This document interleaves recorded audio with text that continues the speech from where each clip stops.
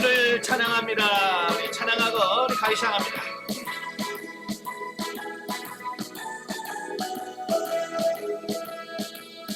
내 영이 주를 찬양합니다. 내 영이 주를 찬양합니다. 내 영이 주를 찬양합니다. 내 영이 주를 찬양합니다. 기뻐하라 나의 영혼아, 감사하라 손을 들고 성축하라. 주를 향해 외치라. 기뻐하라 나의 영혼아, 감사하라 손을 들고 성축하라. 나의 영혼아, 주를 찬양합니다. 내 영이 주를 찬양합니다. 내 영이 주를 찬양합니다. 내 영이 주를 찬양합니다.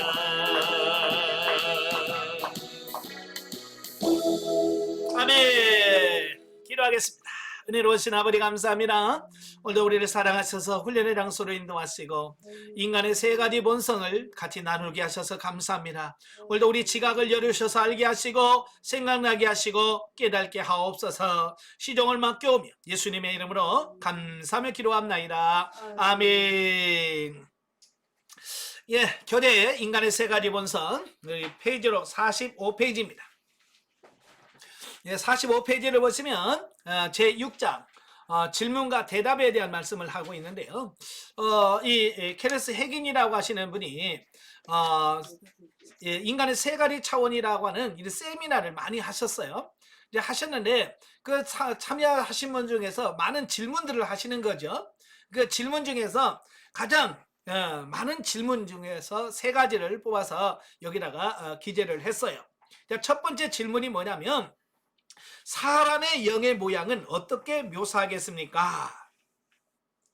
사람의 몸에 비교해 볼 때 어떻습니까? 라는 거예요. 그러니까 영의 모습이 어떻게 생겼어요? 그 얘기거든요. 네? 사람의 영이 어떤 모습입니까? 라는 그런 말인데요. 여러분, 사람의 영의 모습이 어떤 모습일 것 같아요? 어떤 모습일 것 같아요? 뭐 계란 모양이에요? 아니면 옛날에 뭐 만화 영화 고스트에서 구름처럼 이렇게 붕 떠다니고서 그게 영의 모습일까요? 네. 예, 그런 의문은 오늘 이제 본문을 보면 해결이 될 거예요. 자, 답을 보시면 자, 우리는 영적인 것을 물질적인 것으로 꼭 잴 수는 없습니다. 뿐만 아니라 물질적인 것과 영적인 것은 특별한 연관성도 없습니다. 예, 본질적으로요, 영과 육은요 달라요. 예, 그래서 이걸 비교할 수가 없어요. 예, 그러나 성경의 증거는 사람의 영적인 몸은 그 사람의 자연 상태의 몸과 모양이 비슷하다는 것을 시사하고 있습니다. 그러니까 영이 특별하게 뭐 계란 모양이라든지 아니면 구름처럼 이렇게 모양이 아니라 이 사람의 이 육신의 모습과 영의 모습이 비슷하다 아니면 똑같다라고 표현한다 그 말이에요. 자, 그렇게 보는 이유, 그렇게 보는 이유를 성경적 근거가 있을 거 아니에요. 자, 사도 바울이 고린도후서 12장 1절부터 4절에 보면 자기가 14년 전에 경험했던 이야기를 말씀하고 있어요. 거기 보면 바울이 뭐라고 그래? 내가 그리스도 안에 있는 한 사람을 아노니 그는 14년 전에 셋째 하늘에 이끌려 간 자라. 그가 몸 안에 있었는지 몸 밖에 있었는지 나는 모르거니와 하나님은 아시느니라. 내가 이런 사람을 아노니 그가 몸 안에 있었는지 몸 밖에 있었는지 나는 모르거니와 하나님은 아시느니라. 그가 낙원으로 이끌려가서 말로 표현할 수 없는 말을 들었으니 사람이 가히 이르지 못할 말이로다 라는 자, 여기서 바울은 자기 자신이 경험한 얘기를 하고 있는 거예요. 예, 체험한 것을 얘기해요. 그런데 자기가 체험한 대로 뭐라고 표현하냐면 자기가 몸 안에 있었는지 몸 밖에 있었는지 자기도 모르겠다는 거예요. 예. 오직 하나님만이 확실히 하실 거다라고 이야기를 하는 거예요. 그만큼 본인도 내가 지금 몸 밖에 있었는지 안에는 모를 만큼 이 신비적인 경험을 하게 된 거예요.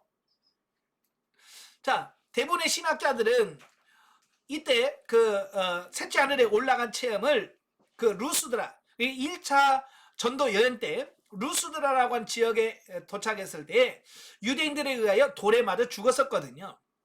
그죠? 바울이 돌에 맞아 죽었었는데 그 죽은 줄 알고 성 밖으로 던졌는데 하나님께서 그를 다시 살려서 다시 성 안에 들어가서 복음을 전한 사건이 있었거든요. 아마 그때의 이 천상세계를 경험했을 것이다 라고 주장을 합니다만은 우리는 확실하게 언제 그게 일어났는지 기록은 없습니다. 저는 이제 계산을 한번 해봤어요. 루스드라 사건과 고린도후서가 기록된 시간을 보면 13년이 안 됩니다. 예, 사실 이제 루스드라 사건은 제1차 전도 여행 때, 그러니까 AD 47년에서 48년에 그때 1차 전도 여행을 했거든요. 근데 고린도후서를 쓸 때가 언제냐면 AD 55년에서 56년밖에 안 돼요. 그러니까 짧게는 8년에서 길게는 9년밖에 시간이 안 지났어요. 근데 이거는 분명히 14년이라고 얘기하고 있거든요. 그러니까 이 루스드라 사건이 맞나? 라는 의구심은 있습니다만은 어쨌든 사도 바울이 직접 경험을 한 거예요. 루스드라에서든지 다른 데서 경험을 했든지 어쨌든 경험을 한 거예요. 자, 사실상 큰 차이가 있는 것은 아니지만 우리가 영과 몸의 모양을 비교해 보기 원한다면 바울이 영의 상태에 있을 때의 모양은 그 자연 상태의 모양과 비슷했다는 거예요. 그러니까 셋째 하늘에 올라가는 모습과 그냥 육신의 모습하고 너무 똑같았다라는 겁니다. 그러니까 몰랐겠죠. 그죠? 이게 달랐다고 하면 자기도 확실하게 알았을 거 아니에요. 그죠? 여기 나오죠. 그는 자기가 줄어서 난장이가 되었다라고 말할 수 없었습니다.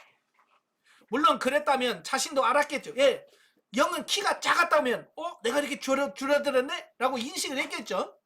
또 반대로 또한 영의 세계가 키가 10피트, 10피트면 약 3m거든요. 네. 3m 정도 커졌다고 한다면 그도 역시 알아봤을 거 아니에요. 와, 영이 이렇게 커졌네라고 커졌든지 작든지 그러지만 느낄 거예요. 근데 바울은 전혀 그런 것을 느끼지 못했다는 거예요.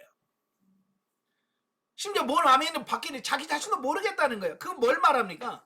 영의 모양이나 육의 모양이 거의 똑같았기 때문에 이게 구분하기가 어려웠다라고 밖에 우리가 설명을 할 방법이 없다는 거예요. 예. 만약에 이게 영의 모습과 육의 모습이 달랐다고 한다면 바울이 분명히 그렇게 기록했겠죠. 아, 내가 영이 천국에 가보니까 영이 이렇게 생겼더라, 이렇게 다르더라라고 분명히 썼을 거예요. 근데 너무 같으니까 그런 말을 쓸 수가 없었던 거예요. 그리고 실질적으로 본질적 분리라는 것은 영과 몸이 분리가 되어서 서로를 경험하는 이런 경험들을 하신 분들의 간증을 제가 많이 들어봤는데요. 그들은 똑같이 뭐라고 말하냐면 자기와 똑같은 또 다른 자기가 있더라는 거예요. 자기와 똑같은 자기가 또 다른 나가 있더라는 거예요. 이런 걸 보면 사도 바울의 그 말과 또 경험자의 말을 들어보면 영은 우리 육신의 몸과 모양이 똑같다. 아시겠죠? 네. 그리고 이제 누가복음 16장 19절에서 31절에 보면 부자와 거지 나사로 얘기. 자, 여기서 부자와 그 나사로에 대한 말씀을 하시는데요. 다 나사로가 죽었을 때 그는 천사들에 의하여 아브라함 품에 옮겨갔어요. 또 부자도 죽어서 장사 지냈을 때 그 음부에서 고통 중에 눈을 들어 아브라함과 그의 품에 있는 나사로를 보았다라고 말씀하고 있어요. 여기서 천사여여 낙원에 간 나사로와 죽어서 음부에서 고통받고 있는 모습을 보게 돼요. 그래서 이 사후 세계라고 그러잖아요. 우리가 이 세상의 삶을 마무리하고 죽으면 지금은 어디로 가냐면 믿는 사람, 그 구원받은 사람들은 낙원에 갑니다. 영원 천국으로 안 가요. 지금은 우리는 낙원이라고 하는 곳에 가서 쉬고 있습니다. 그러면 예수 안 믿는 사람, 구원받지 않는 사람은 어디로 가느냐? 음부로 갑니다. 음부로 내려가요. 그래서 낙원과 음부에 있다가 낙원에 있는 영혼들은 나중에 예수 그리스도께서 재림하실 때 그 영혼들이 예수님과 함께 이 땅에 재림합니다. 그래서 이 땅에서 죽었던 땅에 없어졌던 그 육체가 그때 부활합니다. 그래서 땅에서 부활한 육과 하늘에서 임하는 영이 하나가 돼요. 그래서 부활자가 돼서 천년왕국을 누리게 되고, 그 천년왕국을 지내고 난 이후에 백보자 심판을 받게 돼요. 백보자 심판 때에 어때요? 이제 상급을 그때 바꿔서 영원 조국 새하늘과 새 땅에 들어갑니다. 천년왕국 끝난 다음에 영원한 천국에 들어가서 영원한 삶을 누리게 됩니다. 그러면 음부에 들어간 사람은 어떻게 해요? 음부에서 고통받고 있다가 백보자 심판을 받게 돼요. 그때에 천년왕국이 끝났을 때 그때 구원받지 못한 사람은 그때 부활합니다. 이걸 둘째 부활이라고 그래요. 예수 믿는 사람은 예수님이 재림하실 때 첫째 부활에 동참하고요. 그러니까 우리는 첫째 부활에 동참하셔야 됩니다. 예, 둘째 부활은 심판의 부활이에요. 그러니까 둘째 부활하면 끝난 거예요. 예. 그래서 그들은 백보자 심판을 받게 되고 영원한 지옥에 빠지게 되어집니다. 예. 그래서 이 부자는 죽어서 어디 갔느냐? 음부에 갔어. 음부에 갔다는 말은 구원받지 못했다는 얘기예요. 예. 거기서 이제 뭘 보냐면 아브라함 품에 있는 나사로를 보게 되는 겁니다. 그러니까 서로 볼 수는 있지만 오고 갈 수는 없어요. 예, 볼 수 있지만. 그래서 아브라함 품으로 갔어요. 아브라함은 유대인의 아버지입니다. 그 부자가 나사로를 보았을 때 그는 나사로를 알아보았습니다. 예, 아브라함 품에 있는 나사로를 딱 보는 순간 저거 우리 집 앞에서 거지 나사로 아니야? 라고 착 알아봤습니다. 어떻게 알아봤을까요? 만약에 죽은 사람의 모습이 달랐으면 어떻게 알아봤겠어요? 그렇죠? 살아생전에서의 모습과 낙원에 갔을 때 그 모습이 똑같으니까 제가 누군데? 라고 알아본다 그 말이에요. 예, 그러니까 비록 사후 영의 세계에서지만 나사로는 이 세상에 있을 때의 모습처럼 보였을 것이 틀림없다. 만일 그렇지 않았다면 부자가 나사로를 알아보지 못했을 것입니다. 그 부자가 나사로를 알아보기 위해서는 영의 세계에서도 나사로는 거의 같은 모습을 하고 있어야만 했을 것이다 라고 하는 겁니다. 그렇죠? 전혀 다른 모습이었다면 어떻게 알아봤겠어요? 똑같으니까 알아봤겠죠. 우리는 육체의 몸뿐만 아니라 영의 몸도 가지고 있음을 깨달을 필요가 있습니다. 그래서 우리는 지금 두 가지 몸을 가지고 있어요. 그래서 사도 바울은 고린도전서 15장 44절에 육의 몸이 있은즉 또 영의 몸도 있느니라. 지금 우리는 영의 몸과 육신의 몸이 두 가지가 지금 우리 안에 완벽하게 포개되어 있어요. 아시겠죠? 네. 그러니까 지금 두 개의 몸이 하나가 이렇게 딱 돼 있어요. 이거 언제 분리가 되느냐? 우리 이 세상의 삶을 마무리할 때, 네? 육신의 호흡이 끊어질 때, 그때 뭐요? 이제 우리 육체와 영에 있던 이게 분리가 돼요. 그래서 육체는 땅에 들어가서 장사 지내게 되고 영은 낙원으로 가든지 음부에 가든지 이렇게 분리가 되어야죠.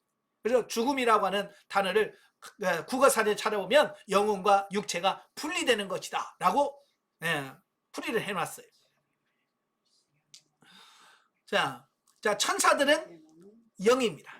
그죠? 천사들은 자체가 영이에요. 그래서 그들도 어떤 형태나 영의 몸을 소유하고 있습니다. 천사도 몸은 있어요. 예. 근데 우리 같은 이런 몸은 아니에요. 예, 영체라고 그래요.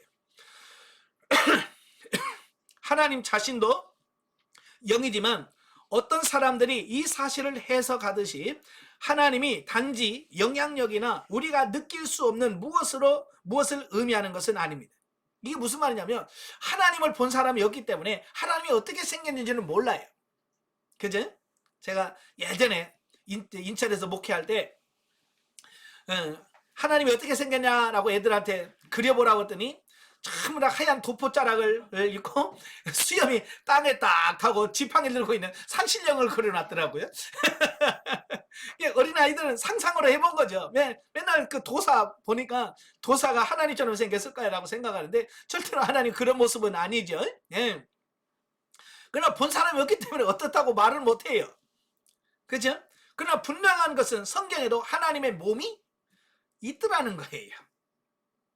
예. 하나님도 분명히 몸을 갖고 있어요. 얼굴도 갖고 있고요. 등도 가지고 있어요. 그래서 하나님은 어떤 모양이나 어떤 형태의 영의 몸을 가지고 계신다. 이 사실을 우리가 어떻게 알 수 있느냐? 자, 성경은 모세가 시내산에 있을 때 하나님의 얼굴을 마주하고 말을 했다고 말합니다. 대면하여 말했다고 그랬잖아요. 그래서 모세는 하나님과 대면하여 얘기했다. 그리고 직접 하나님의 영광을 보여달라. 예, 나 하나님의 영광을 보고 싶습니다 라고 말하죠. 그때 하나님 뭐라고 그래요? 너는 내 얼굴을 볼 수 없다. 왜? 보고 살 자가 없기 때문에. 자, 이렇게 모세가 하나님의 얼굴을 보는 것을 허락되지 않았지만 하나님은 보여질 수 있었던 얼굴을 소유하고 있었던 것이 분명한 거예요. 그러나 얼굴을 보고 살 자가 없기 때문에 허락을 하지 않은 겁니다. 그래서 뭐라고 그래? 내 영광이 지나갈 때에 내가 너를 반석 틈에 두고 내가 지나가도록 내 손으로 너를 덮었다가 손을 거두리니 내가 등을 볼 것이요 얼굴은 보지 못하리라 라고 말씀했습니다. 그래서 모세는 하나님의 얼굴 영광은 보지 못했어요. 그러나 뭘 봤어요? 하나님의 등만 봤잖아요. 등을 봤다라고 하는 말은 뭐예요? 하나님도 뭘 가지고 계시나? 예, 하나님 몸을 갖고 계시는 거야. 예, 우리 같은 이런 육신에는 아니지만 하나님도 영체, 영의 몸을 갖고 있는 것이 분명하다라는 사실이죠. 또 베드로와 야고보와 요한이 변화산산에 올라갑니다. 그때 누가 내려옵니까? 모세와 엘리야가 나타나지. 그래서 그가 예수님과 함께 이야기를 합니다. 대화를 나눠요. 그때 만약에 그때 나타난 모세와 엘리야의 모습이 특이하거나 어떤 특이했다고 하면 이 베드로나 이런 사람들이 그 말을 했겠죠. 그죠? 특이했더라. 이것처럼 뭐 고양이처럼 생겼더라, 소처럼 생겼다 그렇게 말할 건데 전혀 그런 말이 없어요. 그냥 알아보면서 저거 모세네, 엘리야네라고 착 알아봤다는 거예요. 그 말은 무슨 말이에요? 특별한 존재가 아니라 우리와 똑같은 사람의 모양으로 보여졌다라는 것을 의미하는 거예요. 아시겠죠? 예, 그래서 영의 세계는 말 안 해도 그냥 알아봅니다. 예, 그러니까 천국 가서 명찰 없어도 착 보면 아브라함이지, 착 보면 저분은 다윗이구나 알아본다는 거예요. 영은, 영의 세계는 다 통하게 돼 있어요. 예, 그러니까 명찰 필요 없어요. 세상에 명찰 달고 다녀야 되잖아요. 예, 만약에 모세가 10피트 정도 컸다면 제자들은 모세인 줄 몰랐을 겁니다. 모세를 비정상적인 사람으로 보였을 것입니다. 그죠? 막 3m쯤 키가 컸으면 와 하면서 이렇게 봤을 거 아니에요. 그죠? 근데 성경에 그분은 그런 모습이 전혀 나오지 않아요. 영의 크기가 얼마나 되느냐는 문제는 뇌의 크기가 얼마나 되느냐라고 하는 것과 같습니다. 사람의 뇌의 크기가 그 사람의 정신적인 능력을 결정짓는 것은 아닙니다. 우리 모두는 거의 같은 비슷한 크기의 뇌를 가지고 있습니다. 어떤 사람은 다른 사람에 비해서 좀 더 머리가 좋기도 하지만 그렇다고 그 사람의 뇌라는 육체적 기관이 더 크다는 것은 의미하는 것은 아닙니다. 그것은 단지 그 뇌 속에 좀 더 많은 것을 집어넣을 것뿐입니다. 그렇죠? 뇌라고 하는 것은 사람들의 달라도 그 뇌의 크기는 거의 비슷해요. 머리통이 크다고 해서 뇌가 큰 건 아니고요. 공부 잘하는 건 아니고요. 그죠? 머리가 작아도 공부 잘하는 사람은 잘하더라고요. 예. 그러니까 이 뇌의 크기라고 하는 것은 어떤 외형적인 것이 아니라 그 뇌 속에 얼마나 많은 정보를 저장하고 이걸 찾아낼 수 있느냐에 따라서 그 사람의 머리가, 뇌가 좋다 나쁘다라고 해서 평가하는 것뿐이에요. 자, 영적으로 말해서 우리의 영들은 거듭났습니다. 영이 진짜 당신입니다. 예. 얘는 뭐라고 그랬어요? 겉사람. 예. 겉사람이고 불교 용어로는 이건 거짓 나예요. 예. 참 나는 누구예요? 내 안에 있는 영, 속사람이 진짜 나라고 하는 거죠. 그래서 성령님은 당신의 영 안에 살기 위해 오셨습니다. 성령님은 당신을 통해서 자신을 나타내는 것은 당신의 영적으로 얼마나 배우고 발전시키느냐에 달린 것입니다. 예, 그러니까 내 안에 계신 성령님은 결국 내가 얼마만큼 그 성령의 훈련을 통해서 훈련하고 연다느냐에 따라서 그만큼 성령의 역사가 드러나고 나타날 수 있는 어떤 이런 부분들이 달라진다라고 하는 사실이에요. 그래서 훈련을 많이 받으시고 영적으로 성장으로 많이 하신 분들은 그만큼 성령님과 동행하는 부분, 성령의 역사를 드러내는 부분, 이게 많아지는 겁니다. 아시겠죠? 그래서 여러분도 영적으로 영성훈련을 통해서 영이 많이 성장하셔야 돼요. 그래서 제가 여러분 성장, 성숙계름이라고 끊임없이 이야기하는 이유가 성장, 성숙한 만큼 우리가 성령을 따라서 살 수 있고 성령을 통해서 나타날 수 있기 때문에 그렇습니다. 자, 49페이지에 보시면 두 번째 질문이 나와요. 자, 두 번째 질문은 거듭나기 전에 사람에게 영이 있습니까? 라는 질문이. 제가 저 경상북도 의성에 있는 기도원에 제가 집회를 가서 강의를 하고 있는데요. 모든 사람에게 영이 있습니다 라고 얘기하니까 어느 집사님이 갑자기 손을 들더니 아니 예수 안 믿는 사람도 영이 있어요? 라는 질문을 던지는 거야. 강의 시간에. 제가 깜짝 놀랐어요. 야, 이렇게 이런 분도 계시구나. 예, 예수 안 믿는 사람은 영이 없다고 생각하는데 아니에요. 예수를 믿든지 안 믿든지 이 땅에 움직이는 모든 사람은 누구나 다 영이 있습니다. 영 없는 사람 없어요. 예, 영 없는 사람은 어디 있어요? 최소한 영안실에 가야 돼. 그냥 영이 없는 사람들은 영안실에 가야 돼. 좀 시간이 지나면 어디 뭐 저 땅에 묻든지 아니면 화장터에 있든지. 그렇지요. 그래서 이렇게 움직인다, 살아 움직인다라고 하는 말은 다 영이 있다는 얘기예요. 단지 그 영이 하나님을 향하여 살아있는 사람이 있고 그 영이 하나님을 향해 죽은 사람이 있어요. 그래서 구원받은 사람은 영이 하나님을 향해 살아있고, 예, 영이 있지만 구원받지 못한 사람은 영이 죽어 있는 거예요. 아시겠죠? 자, 영이 새롭게 되는 것입니까? 아니면 새롭게 만들어집니까? 성경은 우리가 새로운 창조물, 즉 새 피조물이라고 말씀하고 있습니다. 재창조된 것이 맞습니까? 라고 하는 이런 질문들이 있는데요. 자, 답은 새로운 창조가 맞습니다만 아직도 재창조인 것은 그 사람이 과거에는 아니었던 무엇이 되기 때문입니다. 우리가 처음으로 돌아가서 창세기를 봅시다. 창세기를 보면 하나님께서 사람을 만드시고 땅을 다스리도록 하셨습니다. 그래서 처음, 그러니까 창조 시에는 사람의 몸이 아니라 사람의 영이 그를 지배했습니다. 이게 창조 시의 모습은 뭐냐면 이 영이 혼과 몸을 지배하도록 되어 있습니다. 예, 또 하나님은 누군가와 교제하는 기쁨을 위하여 사람을 창조하셨습니다. 제가 계속 말씀드렸죠. 왜 하나님 우리를 영적 존재로 만드셨냐? 영이신 하나님과 교제를 나누려면 우리가 영적 존재가 되지 않으면 하나님과 교제가 안 돼요. 그죠? 그래서 하나님은 하나님과 자신과 교제하도록 하기 위해서 우리를 영적 존재로 창조하신 거죠. 그런데 아담이 죄를 범하자 그의 영에 무슨 일이 일어났습니까? 다른 말로 말해서 우리는 새로운 탄생이 거꾸로 된 것을 볼 수 있습니다. 아담이 죄를 지었을 때 그가 영적으로 존재하는 것이 중단되는 것이 아니라 그의 영이 하나님으로부터 분리되었고 마귀의 본성이 그의 영 안에 들어가게 되었던 것입니다. 그러니까 아담이 범죄했을 때 영이 죽어서 그냥 없어졌다는 얘기가 아니에요. 영은 영은 그 자리에 있어요. 우리 몸 안에 영이 있지만 단지 하나님의 관계가 단절되지, 끊어진 거예요. 그래서 영적으로 보면 죽은 자와 같은 거라고 표현할 수 있습니다.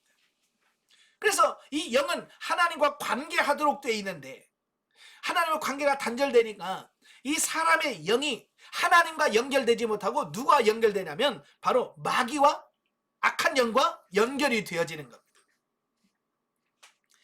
그래서 예수 믿지 않는 사람은 다 누구냐? 이 악한 영의 영향을 받게 돼 있어요. 이 비유를 이 말씀을 어디서 알 수 있냐면 사무엘상 16장 14절에 보면 사울이 하나님 말씀에 자꾸 불순종하잖아요. 그죠? 하나님 말씀 안 들어. 그러니까 결국 하나님의 신이 떠나니까 어떻게 됐어요? 예, 하나님의 신이 떠나니까 사울에게 여호와께서 부리시는 악령이 그를 번뇌케 한지라. 성령이 떠나가니까 죽으니까 악한 영이 들어가서 그를 번뇌케 만드는 겁니다. 그러니까요, 사람은 누구나 다 어떤 사람의 영의 지배를 받게 돼 있어요. 성령의 지배를 받든지 악한 영의 지배를 받든지 둘 중에 하나가 있어요. 저도 여러분도 거듭나고 중생하기 전에는 다 마귀의 자녀로서 마귀의 지배를 받고 마귀의 그 권세 아래서 살았습니다. 그러나 하나님께서 성령을 통해서 우리를 끄집어내셔서 우리를 하나님의 자녀로 우리 소속을 변경시켜 주신 거죠. 네. 그는 영적으로 마귀의 자식이 되었습니다. 예수님께서 바리새인들에게 그렇게 말씀하셨죠. 너희는 너희 아비 마귀에게서 났으니 너희 아비의 욕심대로 너희도 행하고자 하느니라. 그는 처음부터 살인한 자요 진리가 그 속에 없으므로 진리에 서지 못하고 거짓을 말할 때마다 제 것으로 말하나니 이는 그가 거짓말쟁이요 거짓의 아비가 되었습니다. 유대인들을 향해서 너희 아버지가 마귀다. 이건 뭐예요? 성령의 지배를 받지 않으니까, 마귀의 지배를 받으니까 그들이 어때요? 육체적으로는 유대인이지만 영적으로 보면 마귀의 자식들이 되어버리는 이런 부분이 되는 거예요. 그러니까 이 마귀의 본성이 인류에게 나타나기 시작했습니다. 그래서 아담의 첫 아들이 둘째 아들을 죽이잖아요. 그래서 가인이 아벨을 돌로 쳐 죽입니다. 그리고 뭐라 그래? 거짓말 하잖아요. 내 동생 아우가 어디 있느냐? 난 모릅니다. 내가 뭐 아우 지키는 사람입니까? 자꾸 죽여놓고. 이것이 바로 사람이 거듭나야 하는 이유예요. 거듭나지 않으면 똑같이 그렇게 살 수밖에 없기 때문에 하나님께서 거듭나서 그런 삶을 살지 않도록 하나님의 자녀답게 삶을 살 수 있도록 만들어 주시는 거죠. 이것이 바로 사람이 행위로 구원받을 수 없는 이유입니다. 사람은 영적으로 마귀의 자식이기 때문입니다. 그러므로 한 사람으로 말미암아 죄가 세상에 들어오고 죄로 말미암아 사망이 들어왔나니 이와 같이 모든 사람이 죄를 지었으므로 사망이 모든 사람에게 이르렀느니라. 이 성경 말씀은 육체적 죽음이 아니라 영적 죽음을 말하고 있는 거예요. 이것을 좀 더 잘 이해하기 위해서 계속 읽어봅시다. 죄가 율법이 있기 전에도 세상에 있었으나 율법이 없을 때에는 죄를 죄로 여기지 아니하였느니라. 그러나 아담으로부터 모세까지 아담의 범죄와 같은 죄를 짓지 아니한 자들까지도 사망이 왕노를 하였나니 아담은 오실자의 모형이라. 자, 이 말씀은 사망이 아담으로부터 모세까지 다스렸다고 우리에게 말합니다. 자, 여기서 다스리다 라고 하는 말은 그리스어로 헬라어로 왕으로서 다스리는 것을 의미합니다. 사망은 왕으로서 다스렸습니다. 사람을 지배했습니다. 그죠? 이 죽음이라고 하는 것이 사망이 사람을 다스렸어요. 그래서 마귀가 이 사람을 가장 많이 협박할 때 쓰는 용어가 뭐냐면 너 죽인다. 죽인다는 거예요. 그래서 사람들이 죽인다라고 하면 그 죽음 앞에 덜덜덜덜 떨게 돼 있어요. 어때요? 여러분 안 그럴까요? 갑자기 누가 여러분의 목에다 칼을 탁 대면 죽인다 그러면 여러분 아이고 행복해. 그럴 사람 있어요 없어요? 두렵겠죠. 왜? 모두가 이 땅의 모든 사람은 죽음이라고 하는 그 공포에 종노를 하는 겁니다. 그래서 히브리서 2장 15절에 보면 또 또 죽기를 무서함으로 일평생 매여 종노를 하는 자들을 놓아주시려고 하십니다. 사람은 죽음이라고 하는 공포 속에서 살아요. 근데 예수 그리스도가 우리를 구원하심으로 인하여 죽음의 공포에서 우리를 자유하게 된 거예요. 그러니까 우리가 죽음이라고 한 앞에서 우리가 예수 믿는 사람들이 장례식장 가서 찬송 부르면 옛날 안 믿는 사람들 미쳤다고 그랬어요. 죽었는데 가서 노래 부르니 나오냐 막 이런 말을 하게 돼요. 왜? 그걸 모르니까. 왜? 죽음의 공포가 있기 때문에. 그래 우리는 주에서 죽음에서 자유하기 때문에, 예? 기쁨으로 장례를 치를 수 있는 이런 부분이 되는 거거든요. 예, 죽음의 공포에서 해방돼요. 그러나 이 죽음이 그쳤지만 사람들은 계속 육체적으로 죽고 있습니다. 아담으로부터 모세까지 다스렸던 죽음은 육체적 죽음이 아니라 영적 죽음, 즉 하나님으로부터 분리였습니다. 그러니까 이 죽음이라는 것은 성경에서 두 가지예요. 육적 죽음이 있고 영적 죽음이 있어요. 영적 죽음이라고 하는 것은 하나님과 관계가 끊어져서 구원받지 못하는 것을 영적 죽음이라고 얘기하고, 육적 죽음이야 뭐 다 아시죠? 이 땅에서 한평생을 삶을 마무리하고 영과 육이 분리돼서 죽는 것을 육적 죽음이라고 말하잖아요. 하나님께서 모세에게 율법을 주시고 죄에 대한 보상이 가능하도록 레위제사장 제도를 세우셨을 때 그들은 하나님으로부터 분리케 하는 죄가 갚아졌기 때문에 영적 죽음은 그 사람을 다스리지 않았습니다. 그러나 육체적으로는 계속 죽었습니다. 그렇죠? 구약의 제사 제도를 통해서 죄가 있는 사람들, 영적으로 죽은 사람이 회개하고 다시 하나님께 나아갈 수 있는 길을 열어놓으셨어요. 그 제사 제도가 계속 있었지만 어때요? 사람은 계속해서 죽어가고 있는 거예요. 그죠? 지금도 지구 한편에서는 계속 죽어서 언젠가는 장례식을 치르고 있는 겁니다. 그죠? 예. 로마서 5장 12절에서 14절에서 영적 죽음을 언급하고 있습니다. 그러므로 사람은 거듭나야만 합니다. 사람은 하나님으로부터 분리되어 있고 신분적으로 영적으로는 마귀의 자식입니다. 그러므로 누군가가 아담의 죄, 즉 사람의 죄에 대한 벌칙금을 지불하고 사람에게 새 생명, 즉 하나님으로부터 오는 생명을 부여해야 합니다. 예수님께서 십자가에 못 박혀 죽으신 이유가 바로 이거예요. 누군가가 우리의 죄값을 지불해야 돼. 그죠? 그리고 우리를 구원해 주셔야 돼. 예수님께서 십자가에 못 박혀 죽으신 것이 뭐예요? 예, 우리가 져야 될 죄값을 예수님께서 다 치워주시기 위한 것입니다. 그래서 우리는 예수님의 그 십자가의 보혈의 은혜로 구원을 받아서 우리가 하나님의 자녀가 된 것입니다. 아멘. 예. 그래서 하나님은 사람에게 영생을 제공하십니다. 죄의 삭은 사망이요 하나님의 은사는 그리스도 예수 우리 주 안에 있는 영생이니라. 자, 새로운 탄생으로 하나님의 생명을 받아들이는 것은 우리의 영을 변화시킵니다. 우리는 새 사람, 즉 우리 안에 하나님의 생명과 본성을 가진 새로운 피조물이 됩니다. 그러니 누구든지 그리스도 안에 있으면 새로운 피조물이라 이전 것은 지나갔으니 보라 새 것이 되었도다. 옛 것이 몸 밖에서는 지나가 버리지 않습니다. 당신은 늘 가지고 있는 똑같은 그 몸을 소유하고 있습니다. 그러나 당신의 속으로는 새 사람입니다. 당신은 그 새 사람이 당신을 지배하도록 허락해야만 합니다. 내가 교회 나갔어요. 거듭나고 중생했습니다. 그렇다고 해서 이 육체가 바뀌는 거 아니에요? 똑같은 그 육체야. 내가 어렸을 때 부모로부터 태어나서 자라고 성장한 그 육체는 똑같은 육체인데 내 안에는 영이 변화된 거예요. 이걸 새 사람이 되었던 거예요. 아시겠죠? 죽었던 영이 다시 살아납니다. 이걸 거듭났다, 중생했다라고 표현합니다. 그래서 중생한 사람은 이 육체를 따라 살면 안 돼. 속사람을 따라서 사는 삶을 살아야 되고 그 속사람이 지배하는, 영이 지배하는 삶을 살아야 되는 거예요.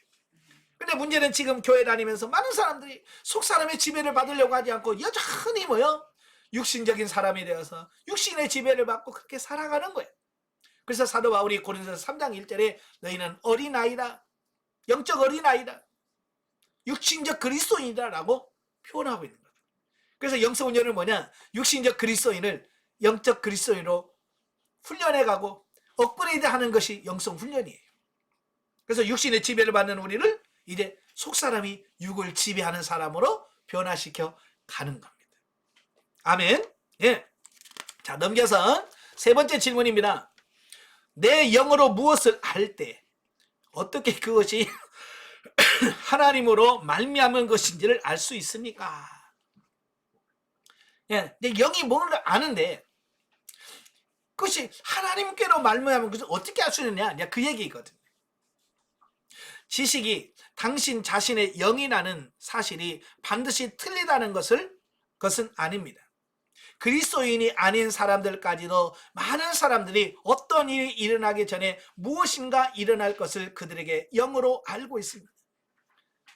영적으로 예수 안 믿는 사람도요, 그 영이 민감한 사람이 있어요. 예민한 사람이 있어요. 그래서 헛것 뭐가 보인다고 그러고요. 자꾸 미래에 어떤 일이 일어날 예감 같은 것을 느끼는 사람들이 있어요. 아주 예민해요. 가끔 이야기하다 보면 그래요. 영이 진짜 예민한 사람들이 있어요. 그래서 이렇게 사람들을 만나면 그 사람 속에 있는 그런 부분들이 느껴지고, 네? 자, 이런 분들이 많거든요. 이런 사람들은 영이 예민한 거예요. 그래서 이 사람은 예수를 안 믿어도 영이 민감하기 때문에, 민감한 영을 가지고 있기 때문에 영적인 부분을 알아요. 예. 물론 이제 영적으로 아주 둔한 사람도 있고요. 예. 물론 그거 다 성령의 역사는 아니에요. 예수 믿는 사람은 성령의 역사지만 예수 안 믿는 사람은 악한 영의 역사로 그를 알게 됩니다. 그래서 점쟁이들, 무당들 다 모여. 그래도 이 악한 영의 역사, 사단의 역사를, 영의 영향을 통해서 미래도 알고, 그러니까 그들이 틀린다는 말이 아니에요. 많은 분들이 그래요. 점장이 신통해요. 잘 맞춰요. 잘 맞춘다고 신통한 게 그 영적인 건 아니에요. 그건 악한 영을 통해서 그게 깨달아진 부분들이거든. 그래서 영이 민감한 사람들을 보면 막 뭔가 눌리고 막 그러거든요. 그러면 무당들은 와가지고 이건 신기가 있어서 그런데 신내림을 받아야 된다라고 이야기를 해요. 그죠? 예. 사실은 영이 예민한 거거든요. 어떤 사람은 저에 대하여도 예측을 하고 나도 그들이 말하는 것이 이루어지는 것을 보았습니다. 나는 지금 여기서 점치는 것이나 미래를 예언하는 것을 언급하고 있는 것이 아닙니다. 사람은 영적인 존재이기 때문에 자신의 영을 발전시킬 수 있다고 하는 거예요. 자기 자신의 영을 더 개발해서 더 성장시킬 수 있고요. 더 예민하게 만들 수도 있다는 얘기예요. 그래서 영적으로 예민하기 때문에 단순히 어떤 사람은 그의 영으로 어떤 것들을 알 수 있습니다. 이런 부류의 사람들은 자신의 영의 음성에 귀를 기울이는 것을 배웠던 것입니다. 그러니까 똑같은 사건, 똑같은 사람을 보고도 영이 예민한 사람을 느껴요. 근데 영이 둔한 사람은 몰라. 예. 어때요? 여러분 예민한 편이에요? 둔한 편이에요? 예, 너무 둔하니까 자기가 모르는 겁니다. 예민한 사람은 정말 그가 부드러운 영인지 이런 부분들에 대해서 민감하니까 그런 부분을 잘 터치하고 깨달을 수 있는 이런 부분이 생겨지는 겁니다. 그건 그만큼 훈련하고 연단해서 그의 영이 예민해졌기 때문에 그렇다라고 하는 겁니다. 그래서 이제 2부에서 사람의 영을 개발하는 법에 대해서 말씀하니까요. 자, 그분을 보고요. 자, 그들의 영은 그들의 마음이 알지 못하는 것을 알고 있습니다. 그렇죠? 영은 혼이 모르는 그 또 다른 것을 알고 있단 말이에요. 반면에 하나님의 자녀는 영적인 것에 대하여 자신의 영을 발전시킬 수 있으며 하나님의 영으로 하여금 무엇을 보여주고 그에게 무엇을 말하도록 허락할 수도 있습니다. 이것은 하나님의 말씀을 공부함으로써 되어집니다. 그러니까 저와 여러분들의 영이 거듭나고 중생하고 이제 성령의 조명하심을 따라서 성령의 음성을 듣고 순종할 수 있는 사람으로 바뀌어져 가는, 이것도 훈련을 통해서 가능해지더라라는 사실이에요. 저도 예전에 저도 그런 삶을 살진 않았잖아요. 근데 영성훈련을 받고 이렇게 하다 보니까 상담도 하게 되고, 예? 성령의 음성도 묻고 듣게 되고, 이게 훈련을 통해서 그게 가능해지는 거예요. 그러니까 여러분도 다 그게 가능하다. 아시겠죠? 소망을 갖고 열심히 달려가시길 바래요. 자, 2부 사람의 영 55페이지에 보시면 제1장 당신의 영을 개발하는 법. 자, 영이 있는데 영을 그냥 가만 놔두지 놔두면 이게 개발이 안 돼요. 그래서 영을 더 개발해서 더 예민해지고 민감해지게 만드는 이 훈련이 필요하다는 거예요. 그래서 사람은 사람의 몸을 연구하는 과학에 수백만 달러의 돈을 들였습니다. 이에 더하여 수백만 달러의 돈이 사람의 혼의 일부인 지적인 과정을 연구하는 데 쓰였습니다. 그죠? 의학에 이 아픈 몸을 치유하는데 수억을 들이잖아. 그래서 많은 연구를 합니다. 또 요즘에는 이제 정신적인 이 혼적인 부분을 다스리는 정신과가 굉장히 많이 발전하고 있습니다. 그래서 요즘도 보면 어때요? 정신과 의사 가면요, 사람이 미어 터져요. 큰 병원에 정신과 예약하려면 한 달 이상 걸려요. 안 가봤어요? 잘 모르시죠? 가려고 하면요, 예약하려고 하는데 한 달 후에 되는데요. 그래.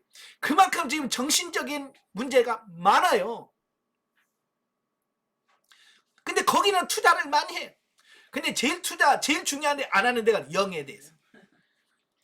영에 대해서 연구하고 영에 대해서 투자하는 데가 없어요. 심지어 교회는 영에 투자하는데 영에 대해서 투자하지 않아요. 예. 영을 위해서 투자하지 않는 어떤 이런 모습을 본다 그 말이에요. 그러나 사람의 영에 대해서는 우리는 너무나 아는 것이었고 별로 노력도 하지 않는다. 영이 나고 영이 진짜인데, 그렇잖아요. 육은 어때요? 겨우 60년 70년 기껏 살아 100년 살면 100년 동안 사는 껍데기에 불과한, 그 껍데기에 불과한 육을 살리기 위해서는 수조 원을 쓰면서 진짜 영을 위해서는 아무것도 아니에요. 그러니까 연세 드시면 몸이 아프잖아요. 맨날 지금까지 젊어서 돈 버는 거 다 병원에다가 병원 살림이라고 열심히 지금 왔다 갔다 병원에다 돈 갖다 주냐고 난리죠. 근데 정작 내 영혼이 들어갈 천국을 위해서 얼마나 사용하고 천국 갈 준비는 얼마나 하고 있습니까? 우리가 한번 이 가치관을 좀 바꿔주시기 바랍니다. 근데 병원 가지 말라는 얘기가 아니에요. 치료하지 말라는 게 아니라 정말 뭐가 더 중요한지를 우리가 분별해서 그 중요한 쪽에다가 관심을 갖고 투자해야 된다, 그 얘기예요. 그렇지만 사람의 마음을 교육하고 개발하는 것과 마찬가지로 사람의 영도 교육하고 개발할 수 있습니다. 몸을 튼튼하게 하듯이 영도 훈련받고 튼튼하게 할 수 있습니다. 그렇게 할 수 있을까요? 하나님의 말씀을 공부함으로써 그게 가능해진다라는 겁니다. 영을 강건하게, 많은 사람들이 그래요. 목사님 성장했다는데 나는 왜 못 사나요? 사람도 그래요. 나이만 먹었다고 해서 사람 노릇 하는 게 아니잖아요. 어떤 사람은 그냥 나이는 들었어도 육신이 너무 약해서 걸걸걸걸걸 돼가지고 아무것도 못하는 사람이 있잖아요. 육신이 열악한 사람들이에요. 그러니까 영이 성장을 해서 생명당에 들어오고 신분당에 들어가고 심지어 3년을 수료했다 할지라도 영이 강건하지 못하면 마치 육체가 건강하지 못한 사람은 30살이라도 걸걸걸걸걸 되는 것처럼 성장해도 영이 성장을 해도 강건하지 못하면 하나님의 일 못합니다. 우리는 자연적인 능력으로 영적인 것들을 이해할 수 없습니다. 그렇죠? 혼으로는 영을 이해할 수가 없어요. 하나님의 말씀을 완전히 이해하기 위해서는 우리의 마음이 하나님의 말씀으로 새롭게 되어서 변화되어야 된다. 그래서 사도 바울이 뭐라고 그래요? 육에 속한 사람은 하나님의 성령의 일들을 받지 아니하나니 이는 그들이 그에게는 어리석게 보이며 또 그것을 그들이 알 수도 없나니 그러한 일은 영적으로 분별되기 때문이다. 그러니까 이 육신의 혼, 머리 가지고는 영적인 것을 이해할 수가 없어요. 그러니까 영적인 이야기를 하면 어리석다고 그래. 미련하다고 그래. 왜? 하나님의 말씀은 하나님의 영으로 주어진 거예요. 왜냐하면 오직 성령의 감동하심을 받은 사람들이 하나님께 받아 말하는 것이라 베드로후서 1장 21절에 말씀하고 있잖아요. 이것이 바로 자연인의 마음은 하나님의 말씀을 이해할 수 없는 이유예요. 자연인은 뭡니까? 영이 거듭나지 않은, 중생하지 못한, 영이 죽어있는 사람을 말하거든요. 이 영이 죽어있는 사람은 영적인 것을 이해할 수도 없고 깨달을 수도 없어요. 그래서 같은 성경을 읽어도 영혼이 거듭나지 않은 사람은 영적인 걸 이해 못하고요, 단순히 그냥 문자적으로 문법적으로 이해를 하게 되는 겁니다. 지금은 뭐 거의 안 나옵니다만 옛날 돌 김용옥이라고. 예. 나와요. 지금도 나와요? 제가 TV를 잘 안 보니까. 참 그 사람 대단한 사람이에요. 예. 그 사람은 요한복음 주석도 썼어요. 예. 주석까지 썼어. 근데 그 사람은 그가 영이 거듭나서 영이 하나님을 만나서 쓴 게 아니잖아요. 그 사람은 원래 머리가 좋은 사람, 머리가 비상한 사람이에요. 그러니까 머리가 비상하니까 비상한 그 머리 가지고 혼 가지고 그걸 해석을 하고 풀이를 한단 말이에요. 그러니까 혼적인 사람들은 맞아 네가 최고야 라고 한단 말이에요. 그냥 영적인 사람이 들으면 헛소리지. 그죠? 자, 그런 거예요. 영적인 혼적인 사람 자연인은 아무리 뭘 해도 영적인 것을 이해를 못합니다. 단순히 지식적으로만 그가 풀어갈 수 있습니다. 성경은 오직 가슴, 영으로만 이해할 수 있습니다. 우리는 우리의 영의 계시를 받아야만 합니다. 사람이 거듭나게 되면 하나님의 자녀가 되고 성경을 이해하고 영적인 것을 배울 수 있게 됩니다. 바울이 말한 것처럼 그는 그리스도 안에서 새로운 피조물이 된 겁니다. 그러니 누구든지 그리스도 안에 있으면 새로운 피조물이라. 이전 것은 지나갔으니 보라 새 것이 되었도다. 영적인 것들을 튼튼히 세우는 것, 즉 영을 훈련하는 과정은 매일 해야 하는 겁니다. 우리 육신도 그러잖아요. 매일 운동을 해야지. 갑자기 운동하면 몸살 납니다. 그죠? 영도 매일같이 규칙적으로 훈련하고 연단하고 그래야 돼. 즉 영을 훈련하는 그러므로 우리가 낙심하지 아니하노니 우리의 겉사람은 낡아지나 우리의 속사람은 날로 새로워지도다. 아멘. 사람은 시간이 지나면 육신은 낡아져요. 머리털도 빠지고 흰머리도 늘고 주름살도 늘고 뱃살도 나오고 그게 자연적인 거죠. 어찌 보면. 그죠? 그러나 영은 날로 새로워진다는 거예요. 이게 소망이 있는 거예요. 영도 같이 늙은다 그러면 희망이 없는데 영은 늙지 않아요. 계속해서 속사람은 날로 새로워지는 겁니다. 앞에서 우리는 속사람이 진짜 사람, 진정한 당신이라는 사실을 확실히 하였습니다. 몸이 죽어도 속사람은 여전히 살아 있습니다. 예, 이걸 모르니까 많은 사람이 죽고 썩을 육신에 매여가지고 죽는다 그러면 덜덜덜덜 떨고, 예? 몸이 조금 어디만 아프면 죽을까봐 덜덜덜덜 떠는 거예요. 왜? 그게 진짜인 줄 알고. 그건 육신은 껍데기라는 게 영에 사는 집일 뿐이에요. 바울은 빌립보 성도들에게 이렇게 말합니다. 이는 내가 사는 것이 그리스도니 죽는 것도 유익함이라. 이 말씀은 개가 죽은 것과 같이 사람이 죽으면 그의 존재도 끝이라는 이론이 헛됨을 말하고 있습니다. 많은 사람이 죽으면 끝이라고 생각을 해요. 그래서 어떤 위험한 일이 있고 어떤 힘들면 옥상으로 올라가요. 왜? 끝내려고. 근데 그 육신만 생명만 끝내는 게 그게 끝내는 겁니까? 히브리서 뭐라고 말씀합니까? 3번 죽는 것은 사람에게 정하신 것이요 그 위에 심판이 있으리니 죽는 것으로 끝나는 게 아니에요.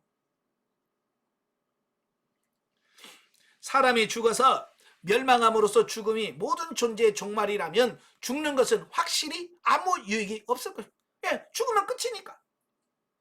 그렇잖아요. 죽으면 끝인데 무슨 의미가 있겠어요. 그런데 그렇지 않다는 거예요. 이 말씀은 또한 사람이 죽으면 하늘의 구름처럼 어딘가에 또 돌아다닌다고 믿는 영혼의 잠듦이란 이론도 헛됨을 말하고 있습니다. 그죠? 귀신론을 주장하는 베레아 측에 보면 죽은 사람의 영이 저 사람이 가지 못하고 구천에서 떠돌아다니는 게 귀신이다. 자, 그렇게 얘기합니다. 이건 성경에서 나오는 게 아니에요. 이건 우리 한국에서 옛날부터 내려온 무당신학에서 나오는 샤머니즘에서 나오는 그 전설의 고향에서 나온 이야기예요. 그렇잖아요. 그 옛날 저 어렸을 때 맨날 그 전설의 고향 보면서 이불 속에서 숨어서 보고 그랬잖아요. 예? 꼭 한많은 처녀 귀신이 머리 풀고 하얀 소복 입고 여기다 피 질질질 흘리면서 나오잖아요. 그게 귀신이라고 생각하는 거예요. 네? 그런 법은 없어요. 아시겠죠? 그래서 원한이 있는 귀신이 나와가지고 막 원한을 풀고 사또한테 가가지고 내 원한을 풀어주세요 막 그러면 그런 거 없어요. 잘못된 이런 전설의 고향 같은 이런 사고를 우리 예수 믿는 사람이 똑같은 생각을 갖고 있는 사람들이 많아요. 절대 그런 일이 없습니다. 이 말씀은 죽은 뒤에 사람이 세상에 소나 팔이나 말이나 고양이로 다시 태어난다고 말하는 윤회설이 헛됨을 말하고 있습니다. 어떤 형태로든 더 낮은 형태의 동물로 되돌아오는 것도 아무 유익이 되지 못하기 때문에 이는 진리가 아닙니다. 불교에서는 윤회설을 믿잖아요. 그래서 뭐 옛날 그랬잖아요. 뭐 고승이 길을 다니면서 빗자리로 길을 살살 쓸고 다니더래요. 아니 먼지도 없는데 왜 이렇게 쓸고 다녀요? 그러니까 혹시 우리 조상이 죽은 할아버지나 할머니들이 개미로 환생해가지고 개미로 다녔는데 내가 잘못 밟아서 죽으면 우리 조상을 죽이는 것이 되니까 어떻게 개미를 밟겠냐 그래서 개미 쓸고 다닌다고 이런 얘기가 있잖아요. 이건 우스운 얘기죠. 사람이 죽으면 개미로 환생하는 거 없습니다. 그런 거 절대로 없어요. 이런 어리석은 이론들을 따라 빗나가지 말고 하나님의 말씀만 따라가야 됩니다. 아멘. 왜 바울은 자기가 죽은 것이 유익이 된다고 했을까요? 사랑하는 사람들을 우리들에게는 물론 유익이 없지만 이 세상을 떠난 사람에게는 유익이 된다는 말입니다. 그죠? 살아있는 사람들은 슬퍼서 어이구 울죠. 그러나 이 세상을 떠난 사람은 얼마나 행복하겠습니까? 장례식장에 가서 많이 느끼는 게 그런 거예요. 저도 기본적인 그 생각에서 장례식에 가면 같이 울어야 되고 막 그래야 되는. 그래서 저도 이제 장례식에 가서 막 슬픈 척도 해야 되고 눈물도 흘려야 되고 막 울어야 되는데 내가 슬프려고 이렇게 표정을 하니까 주님께서 찾아오셔서 뭐라고 하면 왜 너 슬퍼하니? 장례식은 다 그래요. 다 슬퍼하고 울고 그래요. 그러면서 뭐라고 말하냐면 야, 이 죽은 사람은 너무 행복한 거야. 이 세상에서 모든 고통이 이제 그친 거야. 이제 영원한 낙원에서 행복하게 살아. 그러니까 죽음이라고 하는 것이 뭐냐면 사실은 죽은 사람이 불쌍한 게 아니고 남아있는 사람이 불쌍한 거예요. 제가 어느 장례식에 갔더니 그러더라고. 아이고 왜 나를 두고 가서 나는 어떻게 살라고 그러더라고. 나는 처음에는 그 돌아가신 분이 불쌍해서 우는 줄 알았더니 돌아가신 분 불쌍해서 우는 게 아니라 남아있는 나는 어떻게 살라고 나만 남고 가러 갔냐고 그렇게 울더라고. 그러니까 죽은 사람을 위해서 우는 게 아니라 자기를 위해서 울더라고. 자기 신세 한탄해서. 참 그런 거예요.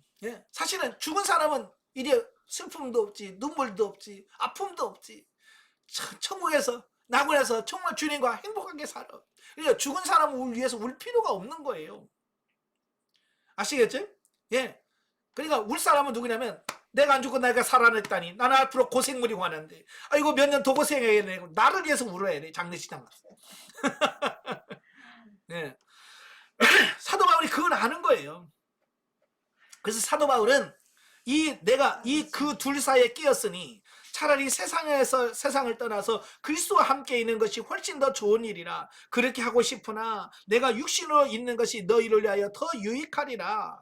바울이 죽는 것이 유익하다고 말한 이유는 그는 죽어서 그리스도와 함께 있을 것이기 때문에 그렇다는 거예요. 그래서 바울은 뭐예요? 나는 좀 빨리 죽어서 천국 갔으면 좋겠다. 주님 만났으면 좋겠다. 왜? 그는 갔다 왔잖아요. 봤잖아요. 이게 얼마나 좋은지를 아니까 바울은요. 이 세상에 미련이 없는 거예요. 우리는 천국을 안 봐서 그래도 뭐 누구가 갑시다 뭐 군뱅이처럼 굴러도 이승이 좋다고 몰라서 그래. 몰라서. 바울처럼 천국을 보고 오신 분은요. 이 세상은 아무것도 아닌 거예요. 여러분도 그러잖아요. 여행 다닐 때 어디 가서 한번 처음 간 사람은 야 좋다 그러잖아요. 근데 그보다 더 좋은 데 갔다 온 사람은 이거 아무것도 아니야 이거. 거기에 비하면 이건 진짜 이거 아무것도 아니야 이런단 말이에요. 왜? 그 사람은 이보다 더 좋은 걸 갖다 보고 왔기 때문에 그런 거예요. 그잖아요. 그래 바울은 이미 셋째 안에 갔다 왔어요. 그 천국이 얼마나 좋은지 아니까 나 빨리 갔으면 좋겠다. 이제 그런다면. 근데 우리는 안 가봐서 그냥 이 세상만 우리는 보고 이 세상만 자랐기 때문에 이 세상이 전부지라고 여기가 좋사오니 그러고 있는 거예요. 주님 오면 얼마나 불쌍할까요 우리가. 몰라서. 어떤 사람은 영생이라는 것을 하늘나라에 가서 소유하게 되는 것이라고 생각합니다. 그러나 영생은 지금 우리가 소유할 수 있는 것입니다. 예. 영생은 하나님의 생명입니다. 영생은 하나님이 가지신 생명과 같은 생명을 말합니다. 여러분, 죽어서 영생하는 게 아니라 이미 내가 예수 그리스도를 믿을 때 우리의 영은 영원히 살게 돼 있습니다. 이미 저와 여러분 영생을 얻은 사람입니다. 아멘. 예. 그래서 하나님처럼 예수님처럼 우리는 영원히 죽지 않는 생명을 우리는 이미 갖고 있어요. 그래서 영생은 우리 영에 들어와서 우리를 거듭나게 하고 우리를 새로운 피조물로 창조함으로써 우리의 본성을 바꾸시는 하나님의 본성입니다. 이때 우리는 사랑이라고 하는 하나님의 본성을 우리 안에 소유하게 됩니다. 그래서 너희가 서로 사랑하면 이로써 모든 사람이 너희가 내 제자인 줄 알리라. 그래서 거듭나게 되면 사랑이 풍성하게 돼요. 그래서 예수 믿는 저와 여러분의 사랑이 풍성해야 되는데 어찌 그렇게 사랑은 없고 사람만 나오는지 모르겠어요. 그냥 교회 가서 싸우고. 거듭날 때 하나님의 성품이 우리 안에 거하게 되고 우리는 우리의 영을 더 높은 단계로 하나님께 예배드리고 섬길 수 있도록 개발시킬 수가 있다는 겁니다. 더 앞으로 나아가기 전에 앞에서 배운 영혼 몸으로 되어 있는 사람의 세 가지 본성을 다시 한번 복습해 봅니다. 요약하면 사람의 세 가지 본성이 있는데요. 영은 영적인 영역을 다루는 사람의 한 부분입니다. 혼은 생각하는 것과 지적인 능력, 즉 정신 영역을 다루는 사람의 한 부분입니다. 몸은 육체 영역을 다루는 사람의 한 부분이에요. 그러니까 이 한 부분 한 부분이 모여야 이게 사람이 되는 거예요. 영만 가지고 사람이라고 할 수도 없고 혼만 가지고도 사람이라고 할 수 없고 몸만 가지고 사람이라고 할 수 없고 영과 혼이 딱 모여져야 이게 완전한 사람이 되는 겁니다. 자, 무엇보다도 먼저 이 셋을 서로 구분할 필요가 있습니다. 바울은 데살로니가서 5장 23절에서 이렇게 구분합니다. 평강의 하나님이 친히 너희를 온전히 거룩하게 하시고 또 너희의 온 영과 혼과 몸이 우리 주 예수 그리스도께서 강림하실 때에 흠없게 보존되기를 원하노라. 어떤 사람은 사람의 영과 혼을 같은 것이라고 잘못 생각합니다. 많은 사람들이 혼과 영을 같다고 생각합니다. 절대 아니에요. 그러나 성경은 말합니다. 하나님 말씀은 살아있고 활력이 있어 좌우의 날쌘 어떤 건물을 예래야 혼과 영과 및 관절과 골수를 찔러 쪼개기까지 하며 또 마음의 생각과 뜻을 판단하나니 그랬죠. 만약에 영과 혼이 같은 거라면 굳이 이렇게 나눌 필요가 없잖아요. 예? 이거는 굉장히 중요합니다. 다르니까 나눌 수 있는 거지. 같다면 뭐 나눌 이유가 없는 거잖아요. 많은 사람들이 영과 혼을 구분하기 어렵다고 말합니다. 이걸 경험해보지 않은 사람은 아무리 얘기를 해도 못 알아먹어. 그게 그거지라고 하면 아니에요. 몸과 다른 두 개를 구분하는 것이 영과 혼을 구분하는 것보다 더 쉽습니다. 이를 구분하기 위해서 유일한 권위는 하나님의 말씀, 무엇보다도 신약 성경입니다. 구약 성경은 히브리어로 된 것을 번역한 것입니다. 한 단어가 12개의 다른 단어로 번역되어 있습니다. 예를 들면 영, 바람, 태풍, 돌풍, 곰팡이, 호흡 등으로 되어 있습니다. 이게 우리 성경에 보면 르하흐라고 하는 영이라고 하는 단어가 있어요. 르하흐라고 하는 단어는 우리는 영만이라고 생각하는데 아니에요. 해석을 할 때 영어로도 해석을 하지만 때로는 바람이라고 그래요. 또 태풍, 돌풍, 곰팡이, 호흡 이렇게 한 단어를 가지고 이렇게 여러 가지로 해석을 하는 겁니다. 예. 그러니까 이걸 어떻게 정확하게 문맥상 모든 걸 보면서 이걸 어떤 걸로 해석하느냐라고 하는 게 달라져 있어요. 그러니까 르하고 똑같지만 어떤 때는 바람으로 해석을 하고 어떤 때는 영어로 해석을 하고 똑같은 르한데도 어떤 때는 생기로 해석을 하고 이렇게 그때그때 문맥 이걸 앞뒤 문맥을 따라서 이게 해석하는 게 달라요. 그러니까 이걸 어떻게 해석하느냐에 있어서 달라지는 겁니다. 한 번은 이단 교파에서 출판한 책을 보았는데요. 그 책 표지에 사람이 죽으면 개처럼 죽는 것이라고 되어 있습니다. 그 책을 읽어보니 그들의 주장은 구약의 동물의 혼에 관하여 말하고 있으나 기독교는 영원히 사는 혼에 대하여 말하고 있다는 것이었습니다. 예, 이단의 주장이에요. 이건 성경적인 주장이 아닙니다. 예. 둘 다 맞는 말이지만 설명이 필요한 말입니다. 원래 히브리어 성경이 동물의 혼에 관하여 말하고 있는 것은 사실입니다. 동물도 혼을 가지고 있습니다. 왜냐하면 동물도 어느 정도의 생각하는 기능을 가지고 있고요. 이것은 혼의 기능입니다. 동물도 감정을 표현하는데 이것도 역시 혼의 기능입니다. 여러분 강아지나 이런 거 키워보신 분들은 보면 얼마나 그 재롱도 떨고 그래요. 그죠? 왜냐하면 그들도 감정이 있습니다. 그래서 기분 좋으면 꼬리 흔들고 기분 나쁘면 꼬리 달고 한쪽에서 웅크리고 있어요. 왜? 그들도 감정이 있고요. 생각이 있어요. 전도서 3장 21절에서 인생의 혼은 위로 올라가고 짐승의 혼은 아래고 땅으로 내려가는 줄 누가 알랴 하는데요. 여기서 혼은 동물의 호흡을 의미하고 있습니다. 동물은 영이 아니고 단순한 혼과 몸으로 되어 있을 뿐이에요. 동물엔 영이 없어요. 그래서 동물은 죽으면 그것으로 끝나는 겁니다. 왜? 영이 없기 때문에. 그러나 문제는 사람은 영이 있다는 거예요. 사람은 세 가지 본성을 가지고 있어요. 사람은 영이며 혼을 가지고 있고 몸 안에 살고 있습니다. 또 사람은 영원한 존재이기 때문에 사람에게는 죽음이 끝이 아니에요. 육신은 죽어서 끝이지만 영은 영원히 산단 말이에요. 그게 죽음이 끝이 아닌 거예요. 거짓 사교에서 나온 책들은 사람의 영과 호흡은 같은 것이라고 주장을 합니다. 만일 이 말이 맞다면 바울이 내 심령으로 섬기는 하나님이 나의 증인이 되거니와 라고 말했을 때 바울은 나의 호흡으로 섬기는 하나님이라고 말하는 것이 됩니다. 예, 아니잖아요. 그러니까 하나님은 영으로 섬기는 것이지 혼으로 섬기는 게 아니거든요. 바울이 내가 만일 방언으로 기도하면 나의 영이 기도하거니와 라고 말할 때 그는 나는 나의 호흡으로 기도하거니와 라고 말하고 있는 것이 됩니다. 이것은 말이 되지 않습니다. 바울은 또다시 이렇게 말합니다. 그러나 너희가 이룬 것은 시온산과 살아계신 하나님의 도성인 하늘의 예루살렘과 천만 천사와 하늘에 기록된 창자들의 모임과 교회와 만민의 심판자이신 하나님과 및 온전하게 된 의인의 영들과 만일 영이 호흡을 의미한다면 바울이 실제로 말하는 것은 우리는 온전하게 된 의인들의 호흡에 이르렀다라고 하는 해석이 됩니다. 말이 안 되는 거예요. 그러니까 같은 말이라도 어떻게 해석을 하고 받아들이냐 이게 굉장히 중요하다는 얘기예요. 이렇게 되면 예수님께서 우리의 호흡을 온전하게 하시려고 죽으셨다는 말이 되는데 너무나 우스꽝스러운 말입니다. 그러나 우리가 이 두 단어가 같은 것을 의미한다라고 가정한다면 이것이 논리적인 결론입니다. 그러니까 영과 혼을 구분하지 못하면 이렇게 성경을 보고도 같은 성경을 보고도 전혀 다른 해석을 할 수밖에 없다라는 사실이에요. 그러니까 영과 혼을 구분할 수 있어야 된다는 거죠.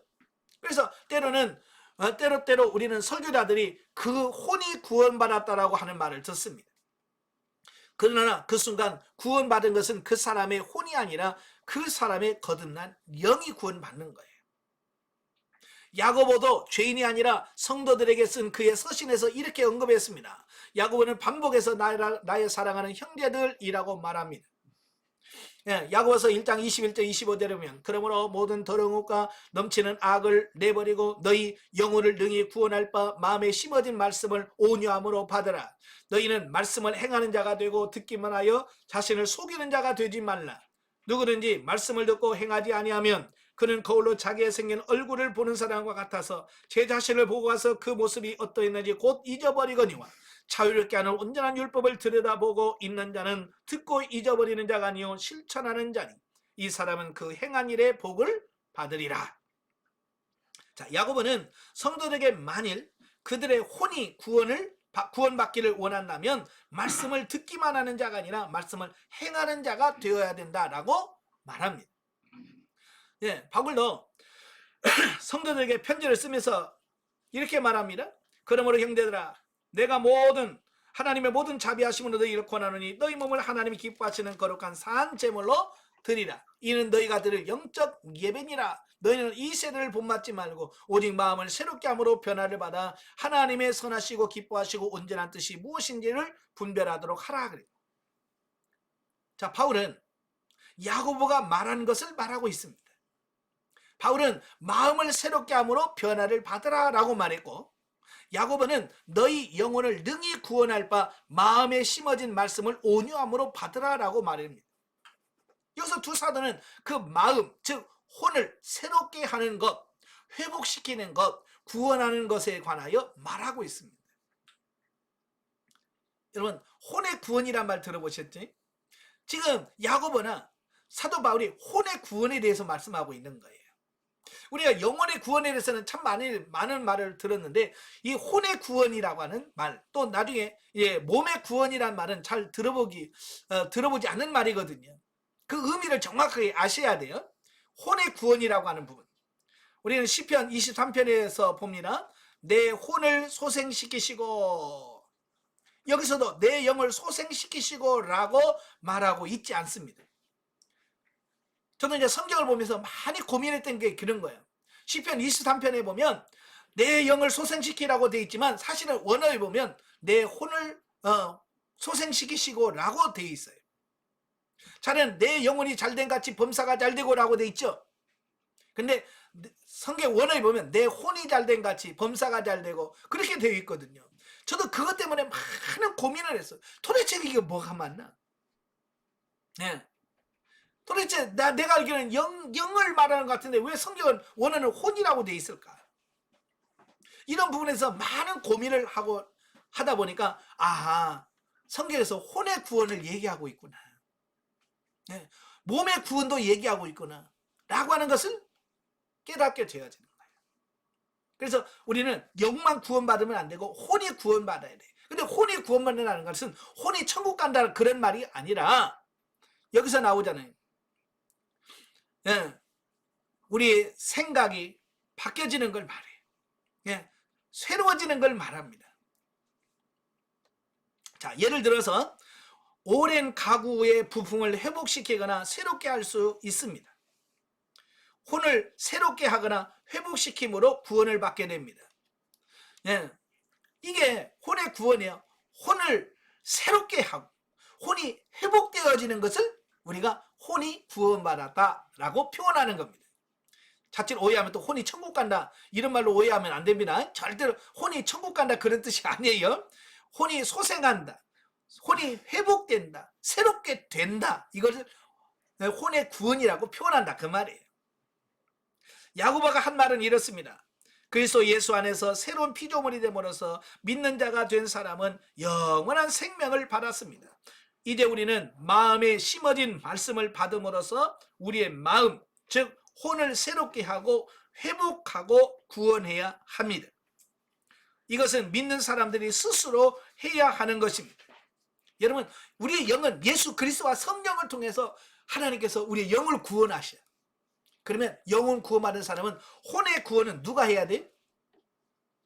여러분 각자가 훈련을 통해서, 연단을 통해서 여러분의 마음을 새롭게 하고 기도하면서 여러분의 혼을 새롭게 하는 것은 여러분이 해야 할 숙제라 그 말이에요. 그죠? 근데 많은 사람은 이걸 안 해요. 그러니까 신앙생활 10년, 20년을 해도 변화가 없어. 왜? 혼의 변화가, 혼의 구원이 일어나는데 혼의 가치관의 변화가 안 일어나는 거예요.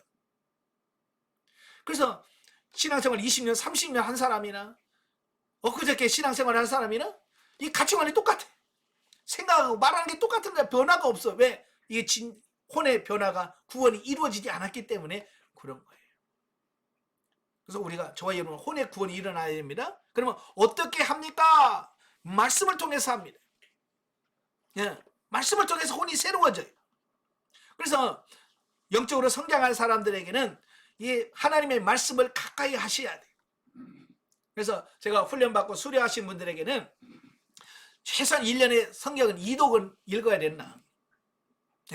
성장하면 1년에 최소한 성경을 2독은 읽어야 된다라고 말합니다.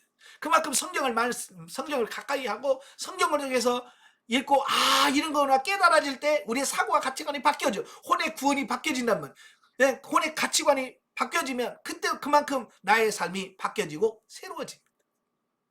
그래서 성경을 많이 보셔야 돼요. 아시겠죠? 예, 마음을 새롭게 하는 것이 왜 이렇게 중요할까요? 왜 이게 혼의 구원이 왜 이렇게 중요하냐? 이제 그 얘기예요.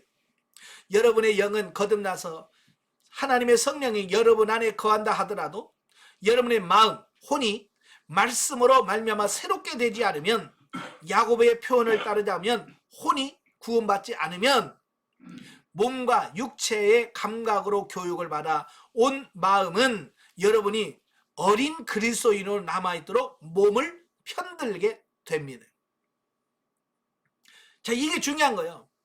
이 혼이 구원이 일어나지 않으면 이 혼이 사실은 영의 편을 들어서 영을 쫓아 살아야 되는데 이 혼이 구원받지 못하면 이 몸의 편을 든단 말이에요. 몸 편을 들어. 그러니까 영적인 삶을 살 수가 없는 거예요. 그래서 이 혼이 영 편을 들어야 되거든요. 그래서 영이요 어떻게 살까요? 말씀 주세요. 그래서 영이 말씀하면 혼이 받아서 그걸 깨달아서 몸에게 전달해서 우리 영혼 몸이 이렇게 변화돼야 되는데 이 혼이 몸 편을 드니까, 예를 들어서 이런 거예요.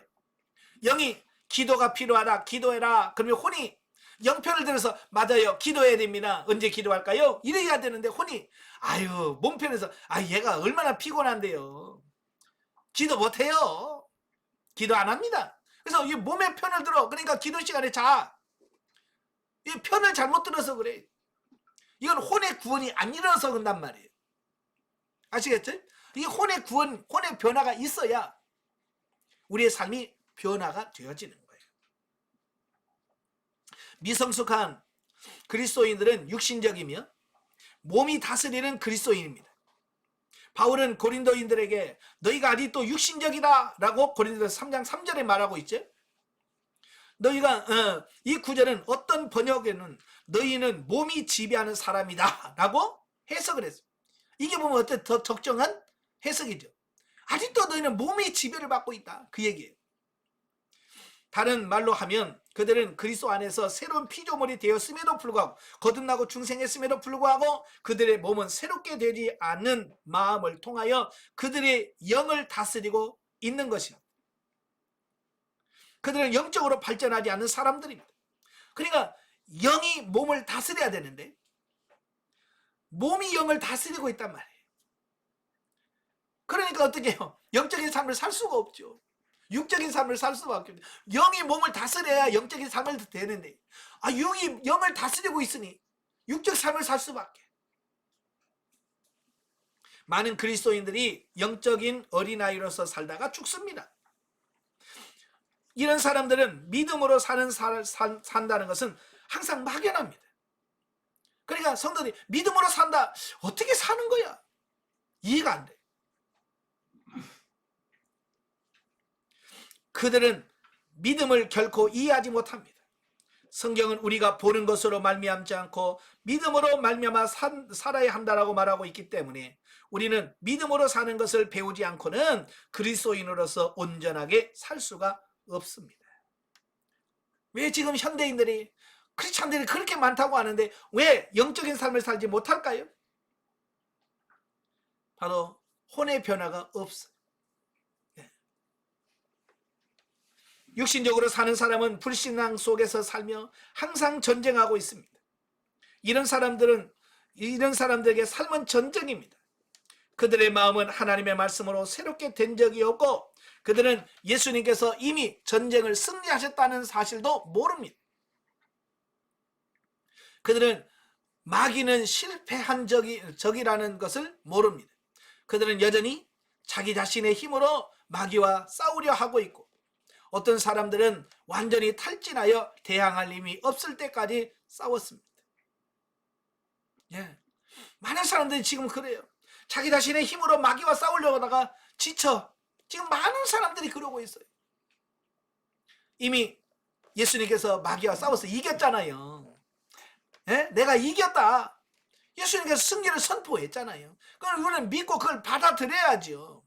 근데 많은 사람들이 좀 하다가 아이고 힘들어 못하겠다. 영성도 몇 개월 하다가 아이고 못하겠네 힘들어요. 그리고 그냥 못하겠다고 내팽개쳐. 이건 뭐냐면 예수님을 통해서 이미 이뤄 놓으셨는데 이긴 전쟁인데 그걸 이겼다는 사실을 모르니까 그러는 거예요.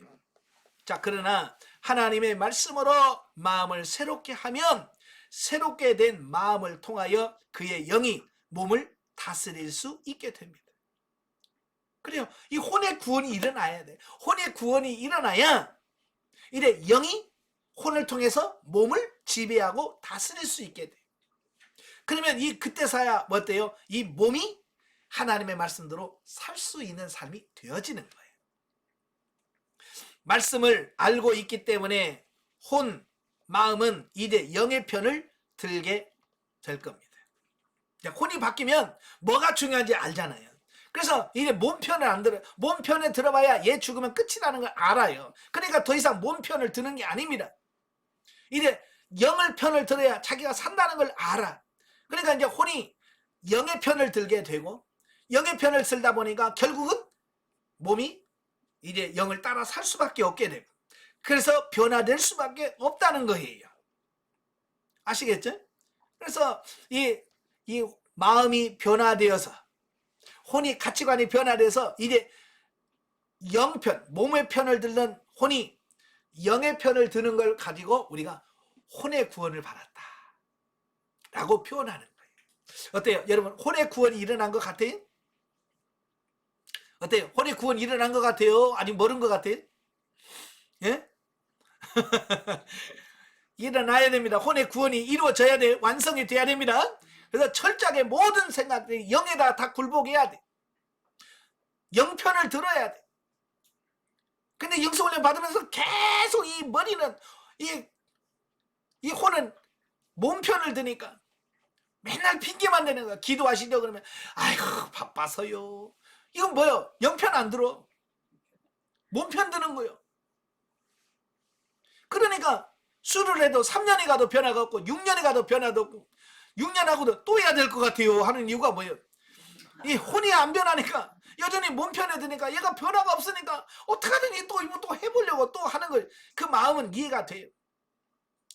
근데 빨리 이거 혼의 구원이 일어나야 돼요. 혼의 구원이 일어나야 여러분의 가치관이 바뀌고 삶이 바뀌어야 돼요. 그렇지 않으면 여러분은 계속해서 또다시 또 재수 또 할 겁니까? 자, 새롭게 된 혼은 영이 다스리도록 허락할 것입니다. 그러면 하나님의 말씀이 그 사람의 영을 통하여 지배하게 될 것입니다. 아멘. 그래서 혼의 구원이 반드시 이루어져야 되고 혼의 구원이 이루어지고 완성된 사람만이 영이 다스려지고 영의 지배를 받아서 영적인 삶을 살 수 있는 사람으로 바뀌어질 거다. 아멘. 그래서 이 부분을 계속해서 기도하시면서 여러분들이 하나님 기도하시면 하나님 혼의 구원이 일어나게 해 주옵소서. 내 가치관이 바뀌어지길 원합니다라고 늘 기도하셔서 온전하게 새로워지시는 여러분 되시기를 주님의 이름으로 축원합니다. 기도하겠습니다. 예, 은혜로우신 아버지 오늘도 귀한 말씀 들었습니다. 정말 우리의 혼이 구원에 이르지 못하면 우리는 여전히 옛 생각과 옛 고집과 내 생각 때문에 영의 지배를 받지 않고 몸편을 들어서 우리의 삶이 변화가 되지 않는다는 것을 깨달았습니다. 하나님 우리에게 혼의 구원이 일어나게 하옵소서. 그래서 철저하게 영편을 들어서 영이 살고 싶어하는 대로 영이 가는 대로 순종함으로 우리 삶이 날마다 변화되고 새로워지는 역사가 있도록 도와주시옵소서. 예수님의 이름으로 감사하며 기도합나이다. 아멘. 하나님께 드립니다.